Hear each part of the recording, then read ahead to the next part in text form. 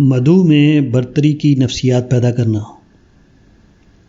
Mrs Indira Gandhi کو ہندوستان کے election 1977 میں مکمل شکست ہوئی تھی۔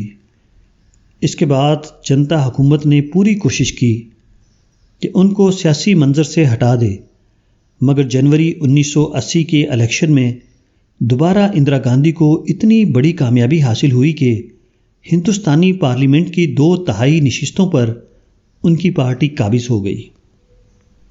اس واقعے پر تبصرہ کرتے ہوئے ہندوستان ٹائمز لکھتا ہے، ملک اپنی جمہوریت پر فخر کر سکتا ہے جس نے اندرا کے لیے اس حیران کن واپسی کو ممکن بنایا۔ ہندوستان کا سیاسی ڈھانچہ انتخابی طریقے کے ذریعے پرامن سیاسی تبدیلی کے نظام کے ساتھ ان بہت سے زیر ترقی ممالک سے ممتاز طور پر نمایاں ہے جہاں اختلاف رائے کو سختی سے دبا دیا جاتا ہے، انفرادی آزادی کا خاتمہ کر دیا جاتا ہے اور سیاسی تبدیلی صرف تشدد ہی کے ذریعے وجود میں آ سکتی ہے۔ The country can be proud of its democracy, which has enabled her to make her stunning comeback. India's political system, with a mechanism of smooth political change through the belt, stand out striking contrast to those of most developing countries, where dissent is stifled, individual liberties smothered, and change ushered in only armed violence. اس عبارت میں واضح طور پر ایران اور پاکستان جیسے ملکوں کی طرف اشارہ ہے۔ یہ اقتباس موجودہ زمانے کے ایک بہت بڑے المیہ کی طرف اشارہ کرتا ہے۔ موجودہ زمانے میں اسلام کے نام پر جو تحریکیں اٹھیں، انہوں نے اسلام کی کوئی واقعی خدمت تو نہ کی، البتہ اسلام کو ایک بہت بڑا نقصان پہنچایا۔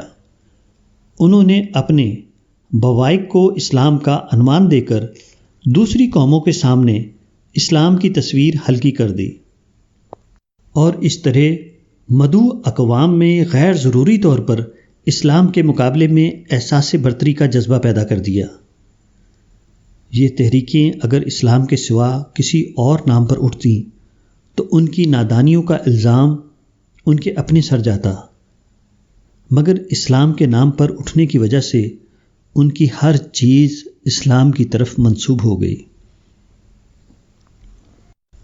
وہ قومیں جو اسلام کے لیے مدعو کا درجہ رکھتی تھیں، وہ اپنے کو افضل پا کر اس نفسیات میں مبتلا ہو گئیں کہ ان کے پاس وہ چیز زیادہ بہتر طور پر موجود ہے جس کی اسلام دعوت دیتا ہے۔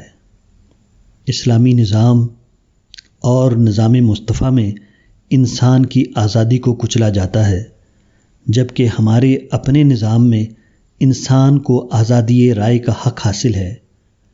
ان کے یہاں ہر 100 نسل کی ہلاکت کی قیمت پر حکومتیں بدلتی ہیں، ہمارے یہاں پرامن انتخاب سے۔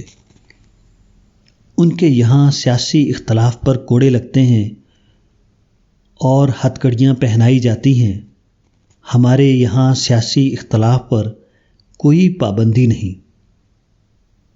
ان کے یہاں کسی مجرم کو سزا دینے کے لیے نہ گواہی شہادت کی ضرورت ہے اور نہ قانون کے تقاضے پورے کرنے کی۔